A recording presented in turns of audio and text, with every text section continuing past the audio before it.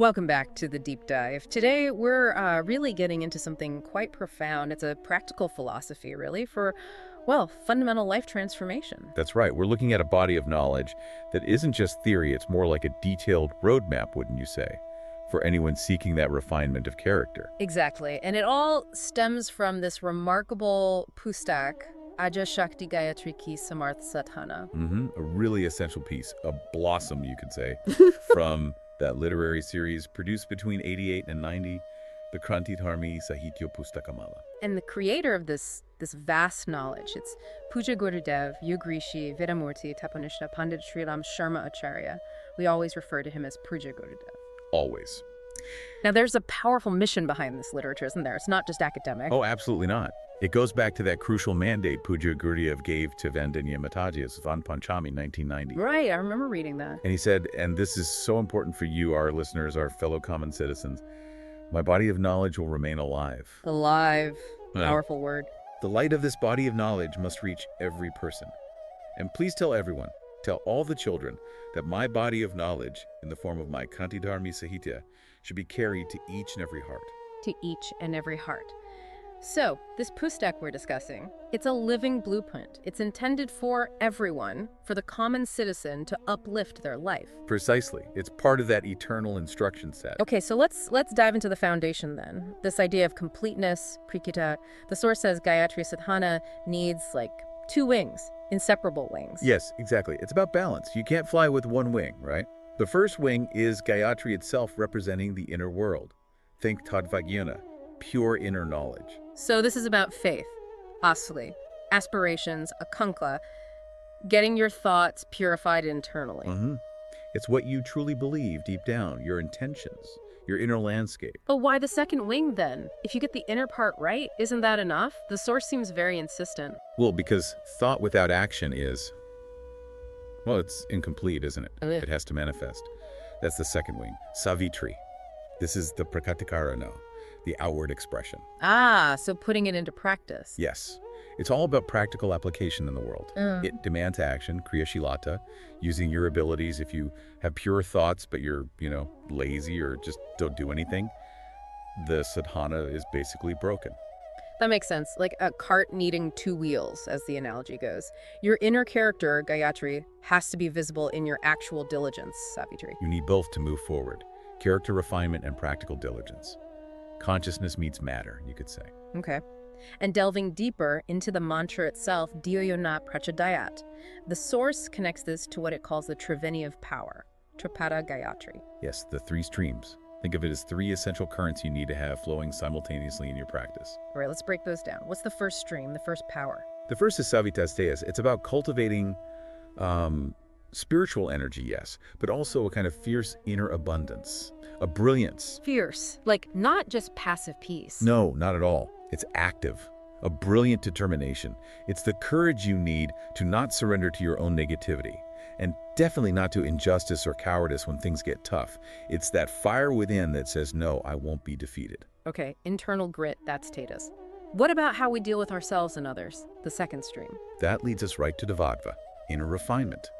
This is the slow, steady work, adopting nobility, genuine courtesy, politeness, shalanata. Being decent, basically. Yes, but here's the really challenging part the text highlights.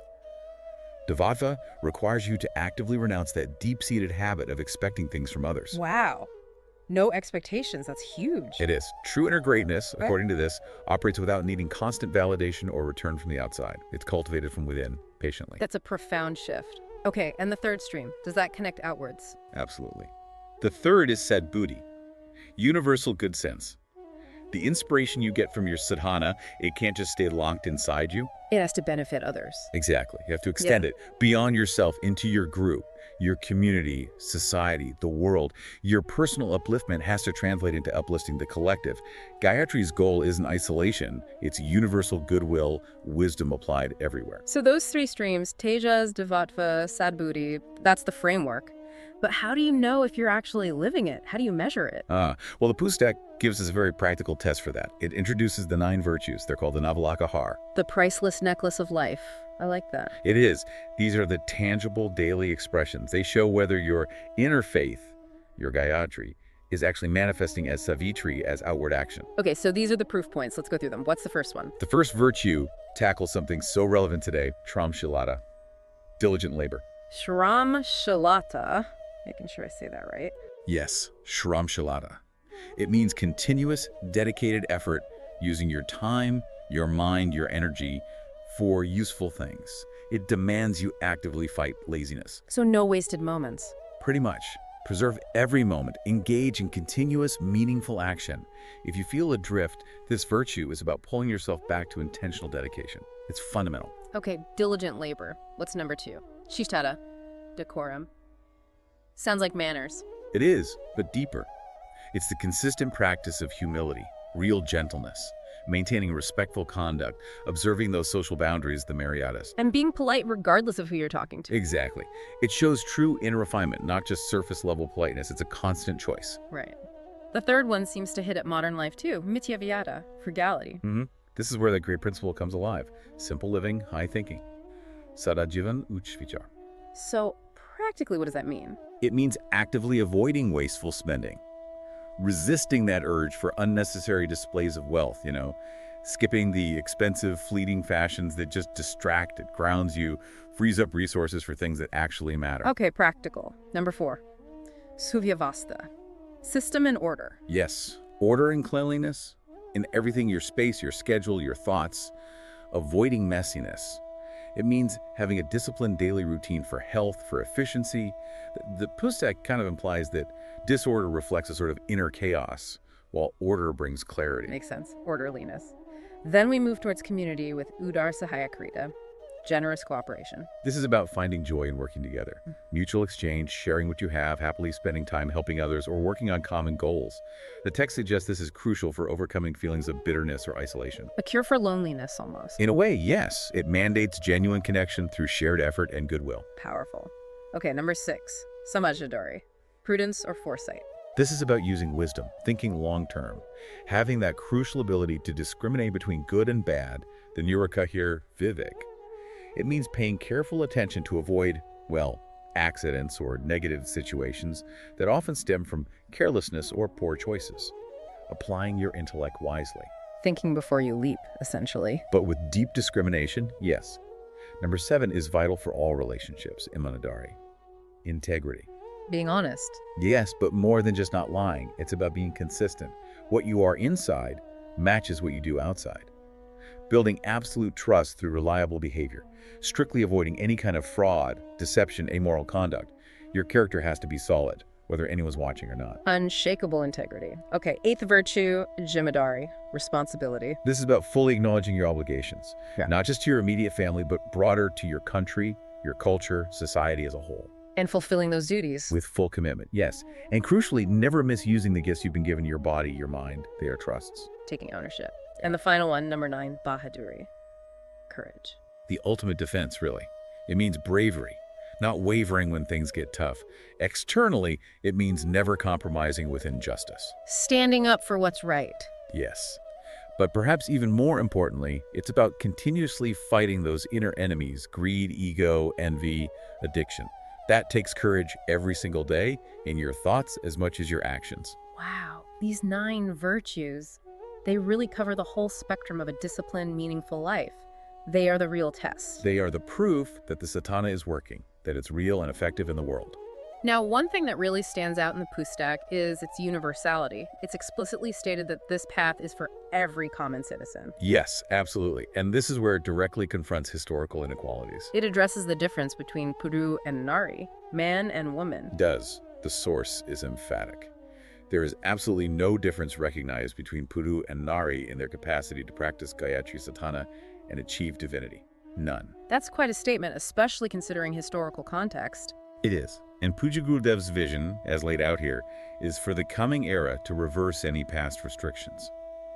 In fact, the Pustak highlights the primary importance of the feminine principle, the Matarup, for the spiritual and moral upliftment the world needs. So equal opportunity, equal responsibility on this path. Completely. We talked about action being necessary, Savitri. The text clarifies that this action should be service, right? Savasatana. Exactly. Your inner practice, the japa and upasana, must be combined with a disciplined life and service. They are inseparable. So worship alone isn't enough. No. The text says worship is only truly successful if it cultivates your character and leads you to use your talents for the collective good. If your conduct is impure, your worship is just. Noise, ineffective. And this practical action, this service, it takes a specific form too, doesn't it? Yagya. Yagya is presented as the essential complement, the puraka, to Gayatri. Think of it this way. If Gayatri refines the intellect, Yagya is the action of offering, of sacrifice in the highest sense. Sacrifice of what? Sacrifice of ego, of resources, of time giving back.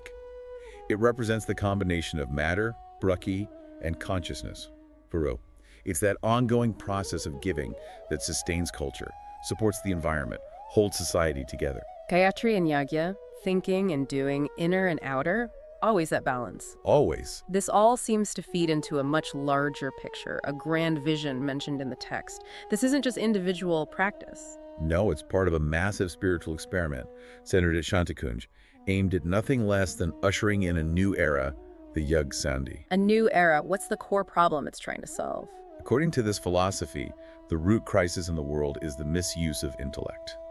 Durbudi, negative, destructive thinking. And the vision is to correct that on a large scale. Yes.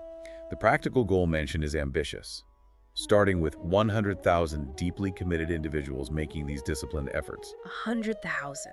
With the ultimate ambition for 1 crore, that's 10 million people actively participating. 10 million people focused on correcting Durbudi through Sadhana and Yagya. Exactly. It's not aiming for small changes. It's about shifting the entire spiritual climate through collective moral elevation. So, wrapping this up, it's clear that Adya Shakti Gayatri Ki Samarth Sadhana is so much more than just a ritual guide. It's a comprehensive, very practical manual for living. It truly is. Yeah. Focused on character, on discipline, and on uplifting not just yourself, but everyone around you. The core message from Puja Gurudev here seems to be quite direct. Profoundly simple, actually. That the real success, the divinity in life, it's founded on sadhana, on that disciplined life, that purity of conduct, and that unwavering service.